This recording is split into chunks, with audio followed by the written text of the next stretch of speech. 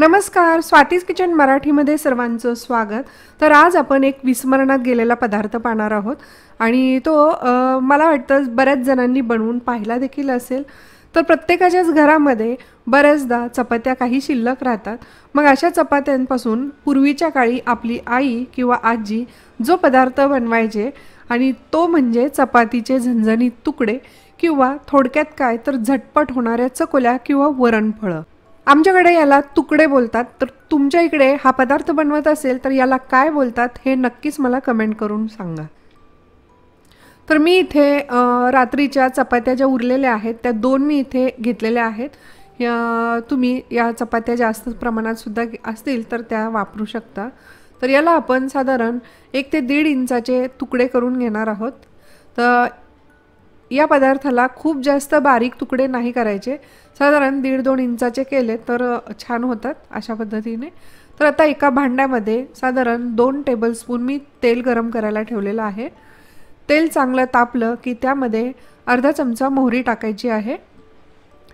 मोहरी तडतडली की त्यामध्ये अर्धा चमचा जिरे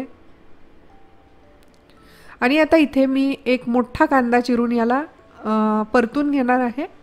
कांद्यासोबतच आपण ताजे कढीपत्त्याची पानं टाकलेली आहेत 7 ते 8 आणि आता कांदा चांगला लालसर होईपर्यंत परतायचा आहे। पण त्याआधी आपण इथे मी 2 इंच खोबरं आणि लसूण याचं वाटण घेतलेलं आहे, लसूण खोबऱ्याचं वाटण।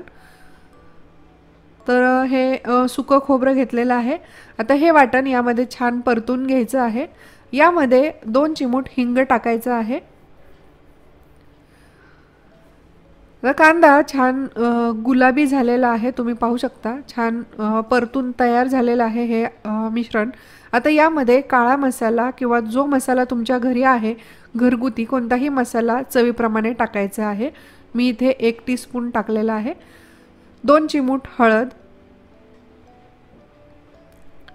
आता छान मिश्रण परतून तयार आहे। आता यामध्ये साधारण आपण जेवढं पातळ हवंय तेवढं पाणी ओतायचं आहे। तर मी इथे 1.5 ते 1.25 ग्लास पाणी यामध्ये ओतलेलं आहे 2 चपात्यांसाठी। आता यामध्ये आपल्याला डाळ टाकायची आहे। मी इथे मुगाची डाळ 2 मोठे चमचे टाकलेले आहे, साधारण पाव कप एवढी। मुगाच्या डाळीच्या ऐवजी तुम्ही मसुरीची किंवा मटकीची डाळ सुद्धा वापरू शकता। चवीनुसार मीठ टाकायचं आहे। लक्षात ठेवा चपातीमध्ये मीठ असतं त्या अंदाजे। आता याला छान उकळी आली की गॅसची फ्लेम कमी करायची आहे आणि झाकण ठेवून डाळ शिजेपर्यंत वाट पाहायची आहे।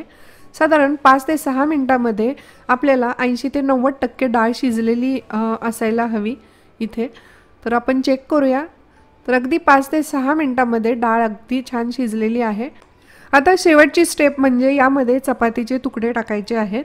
तर लक्षात ठेवा अगदी डाळ पूर्ण शिजल्यानंतरच आपल्याला यामध्ये चपाती टाकायची आहे, कारण चपाती खूप पटकन मऊ होते आणि नंतर चव छान लागत नाही।